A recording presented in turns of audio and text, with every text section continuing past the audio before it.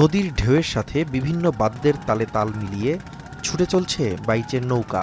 ঢাকঢোল আর দর্শনার্থীদের উল্লাসের মধ্য দিয়ে উৎসবমুখর পরিবেশে সিরাজগঞ্জের করতোয়া নদীতে অনুষ্ঠিত হয় গ্রাম বাংলার ঐতিহ্যবাহী পানসি নৌকা বাইচ উৎসব।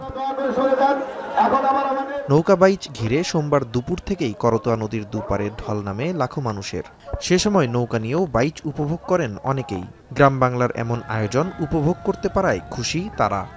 বৈঠার তালে তালে ছন্দের সাথে জারির যে একটা এই যে মানুষের গ্রাম বাংলার ঐতিহ্য, সেটা কিন্তু একদম ফুটে উঠেছে। ঐতিহ্যবাহী নৌকা বাস দিছে এখানে, সেইটা দেখার জন্য এবং অনুভব করার জন্য খুব ভালো লাগছে। খুব ভালো লোক হয়েছে, আল্লাহর রহমতে আবার সেই সৌন্দর্য ফিরে আসছে মানুষের গ্রাম বাংলার ঐতিহ্য। শুধু সিরাজগঞ্জ নয়, ঐতিহ্যবাহী এমন আয়োজন দেখতে পাবনা ও নাটোর জেলা থেকেও অনেকেই আসেন নদী পারে। আবহমান গ্রাম বাংলার ঐতিহ্য আর সংস্কৃতিকে টিকিয়ে রাখতে এমন আয়োজন প্রতি বছর করার দাবি দর্শনার্থীদের। কর্তৃপক্ষ যে আয়োজন করেছে এই গ্রাম বাংলার ঐতিহ্যকে গ্রামের মানুষের মাঝে ফিরিয়ে দেওয়ার জন্য, আমরা আশা করব যে এই ধারাবাহিকতা যেন বজায় রাখে। ব্যাপক উৎসাহ উদ্দীপনার সাথে এটা উপভোগ করছি।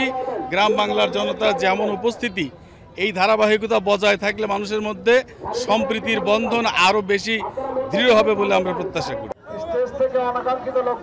আয়োজকরা বলছেন, আবহমান বাংলার ঐতিহ্যকে টিকিয়ে রাখার পাশাপাশি নতুন প্রজন্মের মাঝে ছড়িয়ে দিতে এমন আয়োজন।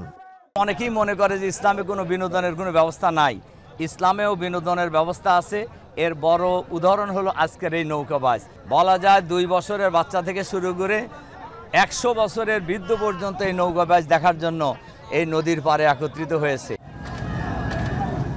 নৌকাবাইচ উৎসবে সিরাজগঞ্জ ছাড়াও অংশ নেয় পাবনা ও নাটোর জেলার 16টি পানসি নৌকা। গ্রুপ পর্বের খেলা শেষে বিজয়ী হয় শাহজাদপুরের সোনার মদিনা। এখন সিরাজগঞ্জ।